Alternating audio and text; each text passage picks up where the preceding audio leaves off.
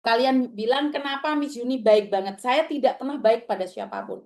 Saya hanya ingin baik menurut versi saya. Satu, saya pernah mengalami kecelakaan yang ada di rumah sakit selama 2 bulan. Membuat saya sadar bahwa hidup ini tak berarti saat kamu tidak memiliki apapun. Saya masih beruntung karena saya masih punya keluarga ada di Hong Kong. Saya punya anak, saya punya suami di Hong Kong.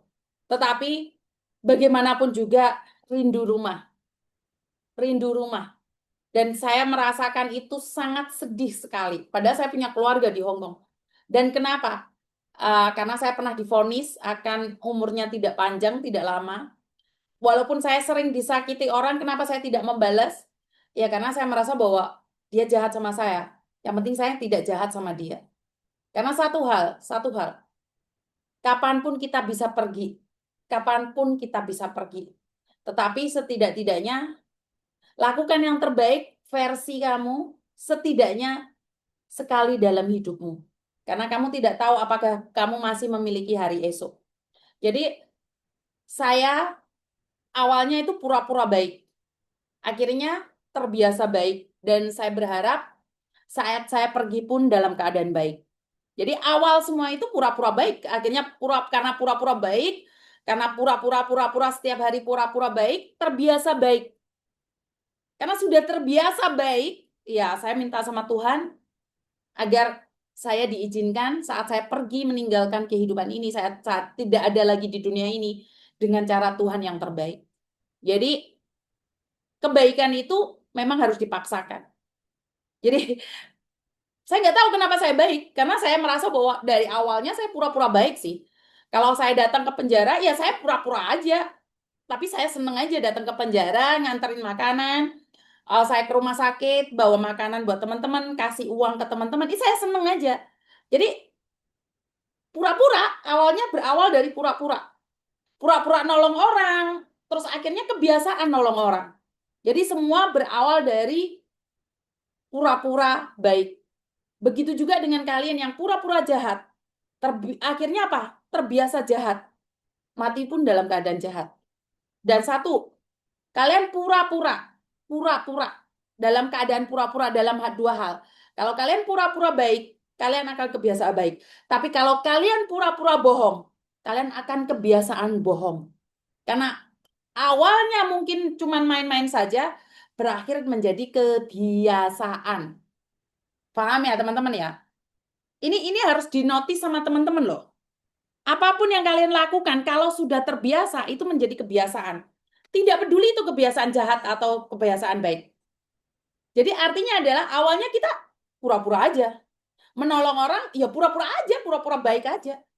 Karena saat kita menolong orang, kita udah lupa apakah itu kita pura-pura atau kita benar-benar. Jadi kita nggak bisa membedakan. Ya pura-pura rajin aja. Di rumah majikan walaupun nggak suka, ya udah pura-pura rajin aja. Pura-pura bahagia saja walaupun nggak bahagia. Lama-lama kebahagiaan itu menjadi kebiasaan. Paham nggak maksud saya? Jadi memang semua berawal dari pura-pura. Belajar pura-pura, nggak apa-apa. Orang memakimu, orang menghinamu, nggak masalah. Nanti akan menjadi kebiasaan kok. Kalian bangun pagi tidak terbiasa, tapi kalian pura-pura bangun pagi. Setiap hari akan terbiasa bangun pagi kok. Iya kan? Eh, semua itu memang benar berawal dari paksaan. Kita memaksa hati kita. Kalau kita tidak terbiasa, sulit untuk kita menghadapi hidup di luar sana. Kita harus biasa memaksakan diri dengan keadaan. Kita harus maksa memberikan kenyataan yang jelek tentang kehidupan di luar sana. Kita harus kebiasaan menerima kenyataan di luar sana itu tidak seindah di Indonesia. Kamu harus menerima kenyataan bahwa keadaan di luar negeri itu tidak seindah di keluargamu. Kamu harus hadapi kenyataan itu. Jadi kamu nggak bisa menerima kenyataan di luar sana. Ih, kenapa sih Miss Yuni itu jahat banget? Ih, kenapa sih majikaku baik banget? Kenapa? Keadaan memang seperti itu. Hidup adalah karena terbiasa. Terbiasa terluka sampai kita nggak tahu lagi yang namanya luka. Kita terbiasa sakit hati. Kita terbiasa dihina. Sampai kita nggak bisa membedakan dia menghina kita atau memuji kita. Biarkan saja. Jangan diladenin perasaan sakit itu. Kadang-kadang perasaan sakit itu ditunggangi oleh iblis. Kenapa? Biar kita dendam, balas dendam. Akhirnya kita nggak jauh beda dengan mereka, sama-sama jahat. Sama-sama jahat. Diawali dengan pura-pura menjadi kebiasaan, akhirnya terbiasa. Nggak perlu kita kita mentoleransi yang nggak benar. Nggak apa-apa, katakan aja. Dari awal konten saya selalu mengangkat video call esek-esek. Video call di mana selalu memperlihatkan pentil dan intil. Dari awal saya dihujat habis-habisan, tapi saya tetap berjuang. Saya ingin menyatakan bahwa di luar sana memang kejam. Di luar sana itu faktanya kejam. Nggak ada orang yang mau mengangkat, apalagi mendengarkan curhatan kalian yang nangis grotos-grotos. Siapa sih yang peduli dengan pentil kalian? Nggak ada. Kecuali kamu sendiri. Jadi, saya selalu dikatakan kejam, kejam, kejam, kejam. Karena cara saya berbicara. Ya, kalian pernah ketemu sama orang yang baik banget di depan kalian, tetapi saat kalian berbalik menghadap ke tempat lain, dia memaki-maki kalian. Kalian belum pernah lihat seseorang yang berbicara secara halus, seperti malaikat, tetapi menghantammu seperti iblis.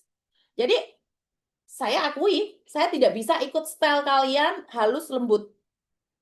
Jadi saya nggak perlu untuk disenangi kalian, untuk di-follow kalian, tapi saya harus menjadi orang lain. Enggak. Saya katakan tidak. Saya ingin menjadi diri saya sendiri, versi saya sendiri. Tidak suka, tinggalkan saya. Saya tidak mengharapkan kalian follow saya kok. Enggak. Enggak apa-apa kalian nggak follow